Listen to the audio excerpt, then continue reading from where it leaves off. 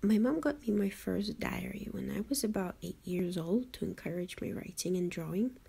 She taught me how to record my day and advised I also do sketches and drawings, and I've been keeping a diary or journal on and off since then. I outgrew the glittery flowery diaries, those with a tiny lock and key, halfway through my teenage years and graduated into journals and daily planners. I've been searching for the perfect planner ever since, as I wasn't happy or comfortable with any of the ones I had. I discovered the bullet journal this February, and 11 months later, as I'm finishing my first one and about to start the second, I'd like to share my experiences with this beautiful organization system, mentioning a few tips and tricks I've picked up along the way. For starters, all of the information you need and much more can be found at bulletjournal.com. It's the official site for Bullet Journal by its creator, Ryder Carroll.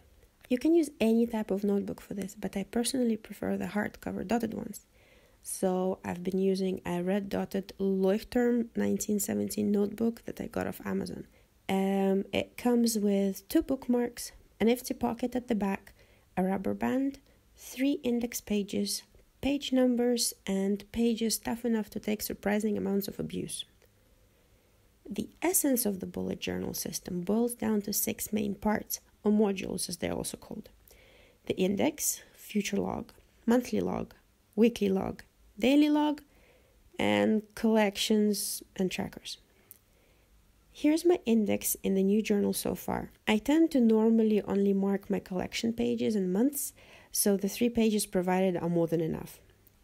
I like to make gate pages for each month, where it's just some drawing, preferably with shiny inks and paints. This here is a gate for the entire year. The quote is aptly illustrated by a poorly drawn puppy. Looking at it now, this whole page was a mistake, making it perfectly fitting. These pages aren't necessary at all, and they aren't a part of the system, but I like them and they make me feel more invested in the journal, which results in me being a lot more motivated to keep it up.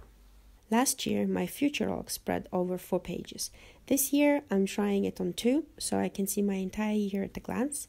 This is where you mark any relevant events that you know about that's going to happen in the future that you'd like to remember.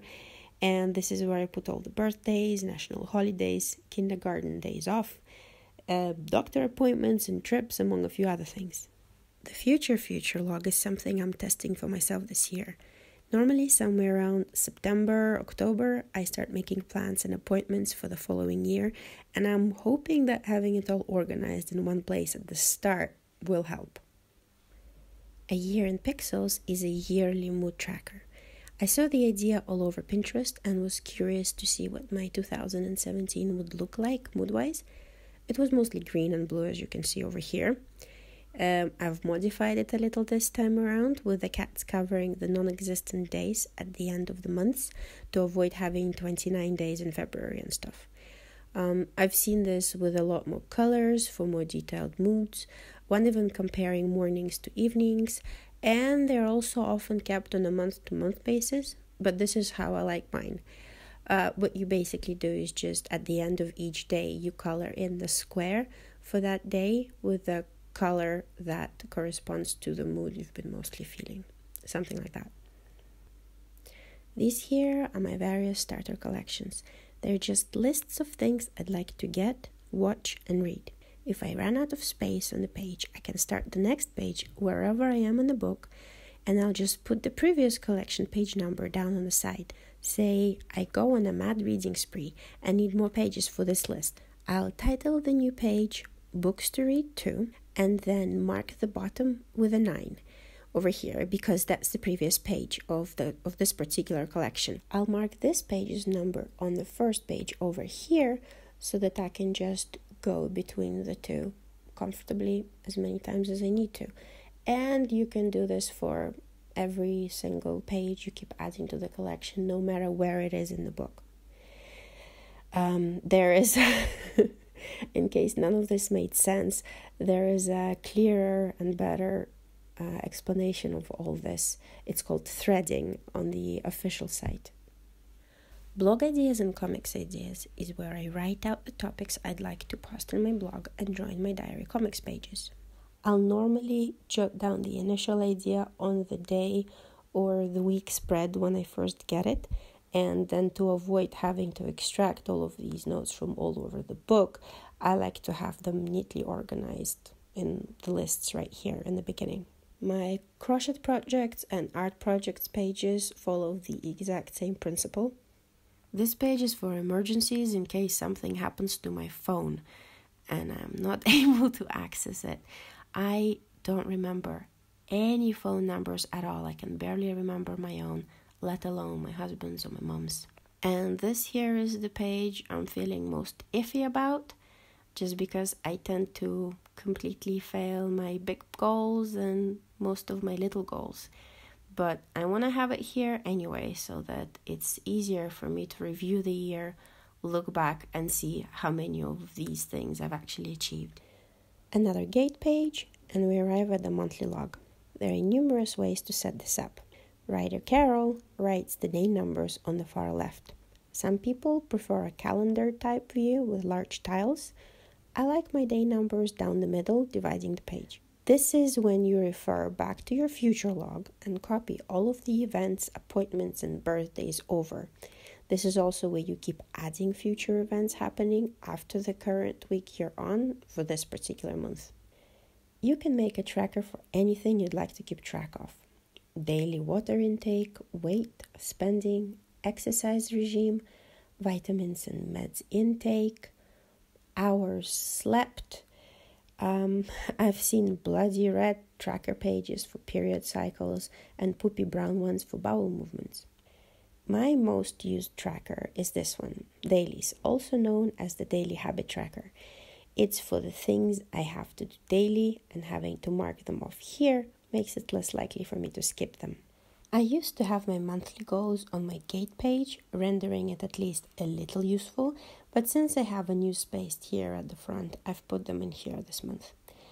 My monthly goals are my big and little goals from earlier, broken down into smaller monthly bits. For example, one of my yearly goals is to create a big photo scrapbook. So each month, I'm going to prepare a page for the previous one.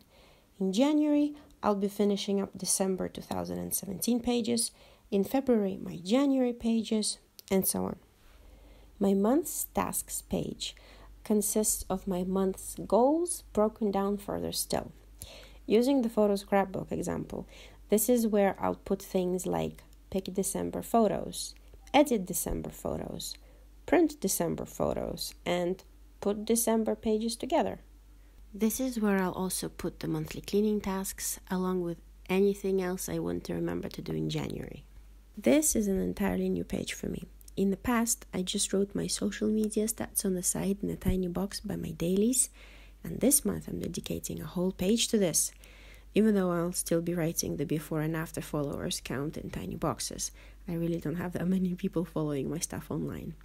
Another thing I'll be trying for the first time is planning my blog posts and videos ahead of time over here. No idea how that'll work out. It's all pretty new to me still. I've had something similar to this page before. I called it Doodle Therapy. Here's a sample. I basically just doodled a little something here every day and ended up with this, with a lot of shiny acrylic paint. I still need to come up with a title for this page, but the premise is that I'll be putting down random thoughts, ideas, or quotes that I like and stuff, and then maybe develop them into something a little bit more interesting. Again, this is a test spread. And this finally brings us to the weekly log. This is the part I've modified the most. I've combined my weekly and daily logs, and I plan them out a week at a time, since my days are mostly set in the same. Again, there are loads of imaginative ways to set this up, with pretty drawings of flowers, cutouts from magazines, boxes in various sizes and shapes and forms, and more trackers added on the side. But this is my preferred setup, suspiciously similar to some of my old daily planners. I put all my weekly tasks over here, and then spread them out throughout the days. And I normally have enough space on this side here to write a super short day entry, with highlights and short notes, or just a happy or positive thing that happened that day. I also use this spread to track a bunch of other things, like my cycle. I just write the number on the side here, or the weather. which is just a typical weather doodle with the temperatures marked. Back while potty training my kid, I'd also mark her successes and accidents in here with special symbols. My favorite thing about bullet journaling is how easy it is to modify and change things. If I grow tired of this setup, I'll try something different next week. If I feel the need to write lengthy day essays with sketches of crochet pattern ideas, I'll just do it on the next page. And if I skip a day or two at 20, I'll pick up where I left off without having to flip through weeks of empty, unfilled pages. That's pretty cool. Now for some of the tips and tricks I either came up with myself or saw other bullet journal users do. First, the 2 given bookmarks were not enough for me. I keep one on my mood tracker page, one on the current weekly spread, and a washi tape one on my monthly log right next to the dailies. Once the month is over, I can easily move it to the next monthly log or make a new one if I'm tired of these owls. Second, I mark each month with its own washi tape on the edge of the page. It gives me an excuse to use and buy more washi tapes and makes it easy to find any given month later on. Here is what my 2017 journal ended up like. As you can see, there are 11 months because I started it in February, but it's very easy to find whichever month I feel like it. I remember which colors I use most of the time, and I could just count down easy to the one I need. I stole the idea from phone books, those with the alphabet marked on the page edges, either cut into it or a different color. My third tip is look through enough bullet journal spreads until you know exactly how you want to design your pages. And once you know what you're doing, do a mock-up on a separate page or a different piece of paper to make sure that you are happy with the way it looks. You'll be coming back to most of your spreads quite a lot, so you don't want them to irritate or annoy you. For this journal, I tested some ideas on the blank pages of my previous one in the back. Another useful thing to do here is to try out your pens, markers, paints and pencils so that there are no nasty surprises with bleed-throughs and spontaneous combustion. As I mentioned before, this particular notebook has surprisingly durable pages. I've used acrylics and watercolors here, but my current preferred medium is watercolor pencils. To achieve this particular effect, I just use 2 colors that look okay together and then go over them with a water brush, like this. There are tons of great ideas for this on Pinterest, YouTube, and Instagram, so worth taking a look if you're into that kind of thing. If you made a mistake, there are different fun ways to cover it up. You can use a white pen for the little ones. I messed up on my future log pages and fixed it this way, can you tell? For bigger mistakes, stick something on top of it. It could be a neat white piece of paper, a piece of washi tape, or a colorful paper turning a bug into a feature. For the hugest mistakes, when the mess is too great and the spread is beyond saving, just glue the offending pages together and pretend it never happened, or cover them with a really big piece of pretty paper. Sometimes you need just a little bit more space. Solution? Sticky notes, or just normal paper with a glue stick, or washi tape. You can use sticky notes for migrating tasks and notes from page to page without having to rewrite them as well. And washi tape. I use washi tape everywhere. I wish I could use even more washi tape. I have quite a bit. It doesn't really fit into the box anymore, so I should use it up before getting more washi tape. So, more washi tape. I think I've covered most of the things I wanted to talk about. Funny, I thought there'd be more. Do you guys possess secret knowledge in the bullet journal sciences that you feel like sharing, but your family and friends refuse to convert and run away screaming when you whip up your journal and start covering things in washi tape? Share your tips and tricks and favorite resources in the comments below. And that's it for now. Thank you for watching. Bye!